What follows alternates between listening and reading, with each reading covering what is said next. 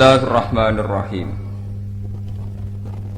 Sekarang masalah hitung-hitungan ekonomi. Wa atidzal qurba haqqahu wal miskina wabnas sabil. Kerabat, zal qurba itu sing duwe dzil qarabah, yang punya unsur kedekatan. Unsur kedekatan itu ngendikane Nabi itu ada 3 kelompok yang ada unsur kedekatan. Itu ada di hadis sahih. Ada orang yang sampai punya 3 unsur kedekatan. Misalnya secara genetik itu kerabat, misalnya saudara atau keponakan. Sudah secara genetik kerabat, ditambah dia juga kerabat atas nama agama, agamanya juga sama, Islam.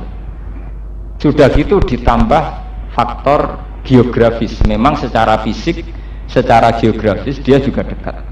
Misalnya sampai urip tetangganan adik atau kakak, agamanya sama, unsur genetiknya juga sama, dia secara fisik juga tetangga kita. Itu namanya punya 3 hak, salah satu hukukin ngendikane. Itu prioritas karena dia berhak mendapat segalanya karena dekat, punya unsur 3. Ada yang hanya punya unsur 2, misalnya dia dekat karena fisik tetangga kita tapi tidak ada hubungan darah, tapi ada hubungan satu Islam, satu agama. Terus nomor 3, orang kafir yang tetangga kita, itu dia hanya punya hak satu kebaikan, karena dia tetangga kita maka berhak mendapat kebaikan. Terus ngendikane Nabi, ketika kerabat ini dirawat oleh yang wajib dan tidak ada tafsir, maka menjadi berkah. Kalau bolak-balik matur yang ngaji teng budi-budi, teng Jogja teng budi-budi. Allah itu Rahman ya. Ini kita pakai teori ilmu tasawuf, pakai teori modern sama. Allah itu Rahman, tidak mungkin ada orang kok sampai miskin taruhannya tidak makan, tuh harusnya tidak mungkin. Nah, kenapa banyak di kampung-kampung di mana-mana, di mana orang tua renta nganti randuwe duit belas, nganti randuwe beras belas, nganti apa mangan kange? Itu menurut teori agama itu harusnya tidak mungkin. Karena manusia itu ditakdir mesti punya kerabat, punya keluarga. Andai kan tiap keluarga itu melakukan kewajiban minimal, yaitu kebutuhan makan misalnya, kewajiban apa? Minimal. Tentu harusnya tidak ada orang yang miskin sampai taruhannya tidak mah. Wong nek wis tuwek mangane sepiro? Mbok kai beras 10 kilo mbek dhuwit 1.000 sakulan wis cukup. Karena orang wis tuwek mangane rantai akeh. Ora kok mangane manol sing 2 piring napa? Entek. Kudune ora ana wong tuwa sing taruhane sampai ndak makan. Kalau ada kejadian begitu, berarti faktornya tidak mengindahkan syariat, yaitu orang-orang yang kaya di situ yang mestinya berkewajiban atas nama kerabat, gitu. Ini catat ya. Atas nama kerabat, itu yang wajib ngurus. Nah, tapi zaman akhir itu orang kan pakai teori modern, makanya kula nu rapati setuju teori negara gitu, bahwa yang kaya itu ngerumat yang miskin. Sebetulnya harus ditambah yang kaya dan ada unsur kerabat. Kalau bolak-balik debat gitu. Misalnya ngeten, saya kaya, punya uang 1 miliar misalnya, punya orang tua, punya keponakan. Tentu kewajiban agama saya hanya wajib saya sama orang tua sama keponakan saya. Bahwa di situ ada tetangga yang miskin nggak makan, saya kalau tahu itu wajib menyumbang dia. Tapi sebetulnya dari awal kewajibannya orang itu saat tidak makan adalah sama anaknya atau sama saudara kandungnya. Artinya yang paling disalahkan secara syariat saat orang tidak makan tentu anaknya kandung atau saudaranya kandung. Seperti aturan dalam ahakul aulia bitaswid. Dengan aturan begitu harusnya tidak ada orang sampai tidak makan, karena kewajiban aini, kewajiban fardu aini sudah ditanggung oleh keluarga yang ada unsur kerabat. Makanya Quran berkali-kali yas'alunaka madza yunfikun qul ma anfaqtum min khairin falil walidaini wal aqrabin. Kerabat itu diulang-ulang. Karena kalau kewajiban kerabat ini hilang, maka yang ada hanya kedengkian sosial. Kedengkian sosial artinya ngeten, misalnya sampean ditakdir tanggane SBY atau tanggane Gus Dur atau tanggane Yusuf Kala. Sawangane angger wong ramangan saleh SBY, saleh Yusuf Kala. Karena ngono wong Jakarta rak mari dosane SBY Yusuf Kala. Wong ramangan paling akeh teng Jakarta, mboten teng Bojonegoro, teng Putih. Lah Temangsang ngisor tol. sering digusur mbek Satpol PP. Padahal dhuwure tol sing liwat Pak SBY sekali. Presiden betina apa? Liwat tol. Ngisore tol banyak orang yang tidak mau. Dan itu ya tetangganya, wong betina tetangganya istana. Tapi secara syariat tidak bisa. Yang paling salah adalah keluarganya. Karena secara syariat ada aturan main. Ya. Wa alal mauludi lahu rizquhunna wa kiswatuhunna bil ma'ruf. Mauludlah itu ya siapa yang diberi kelahiran itu yang harus paling bertanggung jawab. Ini penting kalau aturakan karena sekarang teori modern itu menabrak teori kerabat. Orang itu lebih senang mengunsurkan itu kaya dengan miskin. Itu kayak teori zaman PKI. PKI itu kalau melihat orang kaya itu jenis berjuis penghisap. Dia memanfaatkan psikologi wong melarat jenis kaum proletar, kaum miskin, kaum buruh. Kaum buruh ditempatkan terhormat, kaum kaya dikatakan berjuis penghisap. Jika teori PKI adalah di mana wong melarat sebuah gedeng wong juga. Mereka lupa bahwa untuk menjadi miskin beneran itu sebetulnya karena banyak aturan syariat yang dilanggar. Saya tuh pernah penelitian di Jakarta, di Jogja, di kota-kota besar. Hampir semua kemiskinan yang fatal itu karena silaturahim yang hilang.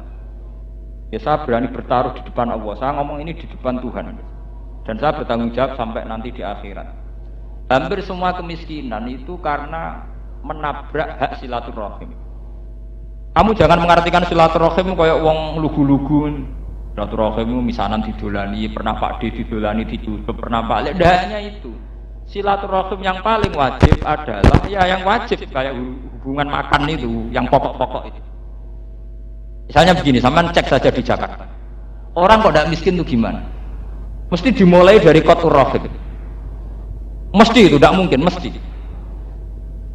Sebab itu Kanjeng Nabi nak ngendikan masalah rahim itu ar-rahimu allaqatun fil arsy. Yaqulu ya Rabbi silni ma. Saya sambung sama orang wa asilu man asiluka, itu banyak di hati-hati sahabat. Biasanya kan begini, seperti di Jakarta. Wong ning omah kecewa mbek bapake, mbek mboke, mbek Pak Dene, Pak Like pokoke kecewa. Duwe kenalan ning Jakarta, ya sekedar kenalan kanca zaman SMA atau kanca ning gerdu, apa kanca ning dalan. Kecewa plong minggat ning Jakarta. Jadi awalnya ke Jakarta wis nuruti ati gelo. Sembar wong tuane mbok dulure mbok sanake mbok di perkara nek iso pleng ning Jakarta ning Batam.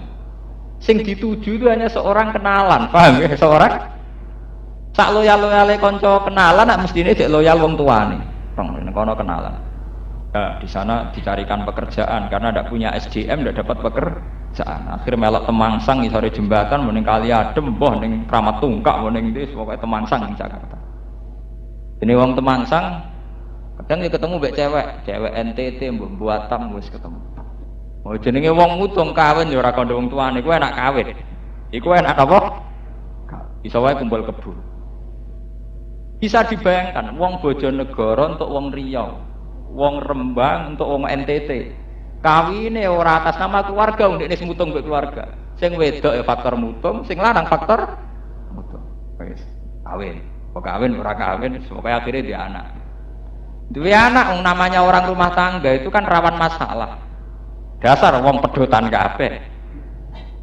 Bareng ono masalah kita asline pedotan, sitok minggat pleng sitok minggat. Akhirnya anaknya yang jadi anak jalan. Lu miskin kayak ini setelah miskin memang kita kasihan. Secara syariat setelah nyatanya miskin kita kasihan. Tapi jangan salahkan agama bahwa mereka untuk jadi miskin kayak itu tentu ada proses syariat yang dilanggar. Itu membuktikan bahwa syariat itu mestinya mensejahterakan. Andai kan kita kawin secara normal dengan seizin keluarga, andai kan kita mencari pekerjaan normal, tidak nurusi mutung, mungkin hasilnya tidak sefatal itu. Kalaupun kita miskin tidak sefatal itu. Sudah keluarga mangkel mergo lungane mingkat, negara ya mangkel mergo dianggap penghuni liar ning trotoar ning tol. Masyarakat Jakarta Betawi mangkele ya ora karuan. Mergo gara-gara dia pendatang tidak mengindahkan etika setempat. Aku nang Betawi asli nak maksud pendatang tak ngamek. Wong gada santri tiyang Betawi kata. Gus muga-muga pendatang kere kabeh. Saya itu banyak kenal orang Jogja, orang Jakarta asli. Rata-rata dengan pendatang tidak seneng karena ciri utama pendatang itu enggak mengindahkan etika yang sudah berjalan di masyarakat situ. Paham ya? Karena dia mentang-mentang pendatang. Anak-anak yang pacaran di Jogja, di Jakarta atas nama mahasiswa dan mahasiswi itu orang-orang yang kalau di kampungnya tidak berani pacaran. Karena di kampung ada etika lanang itu gunjian teman-teman rapat, maghrib metu rapat. Tapi karena dia di daerah orang, enak aja maghrib pacaran. Kadang padahal mahasiswa Universitas Islam, kadang kok sarjana Islam. Itu artinya apa? Masyarakat setempat situ sebenarnya punya etika maghrib oleh pacaran. Tapi karena dia pendatang, enak saja melang. Orang Jawa nih mergo ora disawang tong. Berarti berapa pelanggaran yang dilakukan pendatang? Sudah lungane minggat, kok neng daerah tertuju juga moralnya seenaknya. Bagi negara juga problem karena dia hidup di tempat-tempat umum. Coba gara-gara orang-orang begini itu negara rugi miliaran. Sampai kok tangklet, kok sakit Gus, wong gone nganggur nganti rugi miliaran. Negara gara-gara ada kasus kayak begini akhirnya nggawe Satpol PP, mbayari Satpol PP se-Indonesia itu miliaran. Gara-gara ada kasus ini kan negara akhirnya mengeluarkan ongkos Satpol apa? Baru ngono kecekel dikembalikan ke daerah asal. Kowe ku entek miliaran nyangoni meneh. Lah kok wong belum toh balik meneh, lah repot toh. Misalnya sing wis diusir ke Jakarta, balik ini Surabaya. Sing keusir ke Surabaya balik pusing negara. Saya bukan anti orang demikian enggak. Kita support. Setelah mereka kenyataannya miskin, kita support. Kita beri semangat, kita beri harapan. Tapi inti dari syariat bahwa silaturahim penting itu tetap penting. Ya cuma silaturahim dalam konteks modern itu kita artikan musuhan Pak Pak Denny Jem, tidak, silaturahim itu lebih dari itu. Bahwa hubungan rahim itu akan mensejahterakan. Ya sampai kita ke Jakarta mergo mutu, nanti di Jakarta ketemu kenalan. Kan lucu ya. Kita kecewa sama orang tua, bela-bela ini minggat demi mau sebuah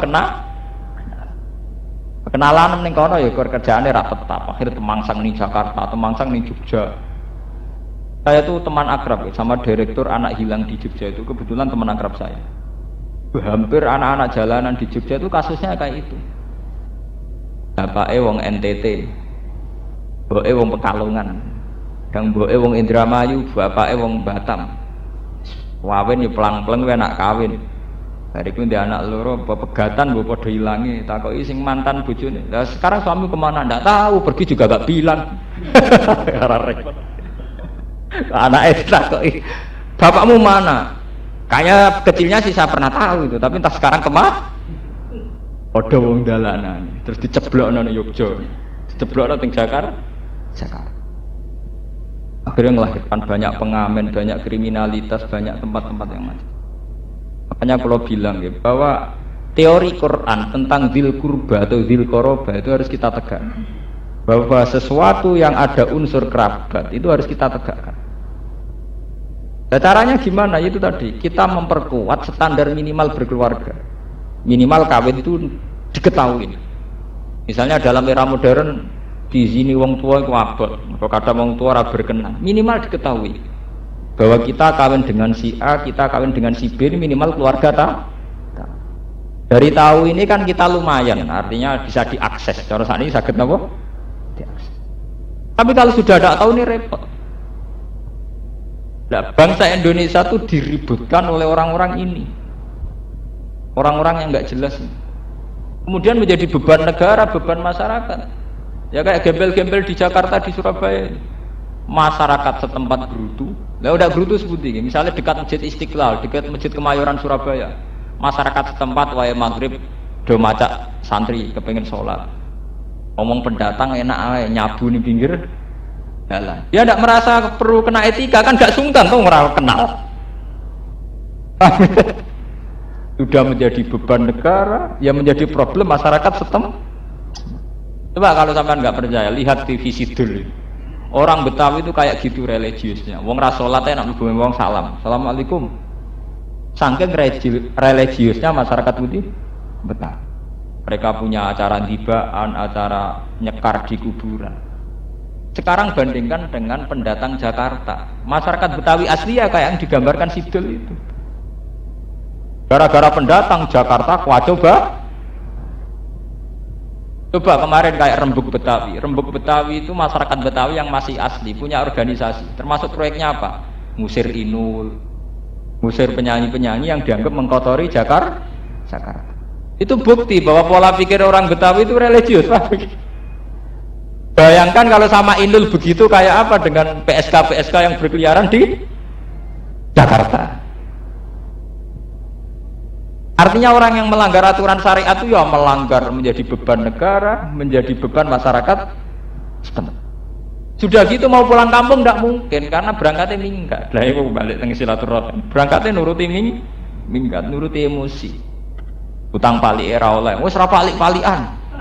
Lah kok palike wes ra ponak-ponakan. Nah.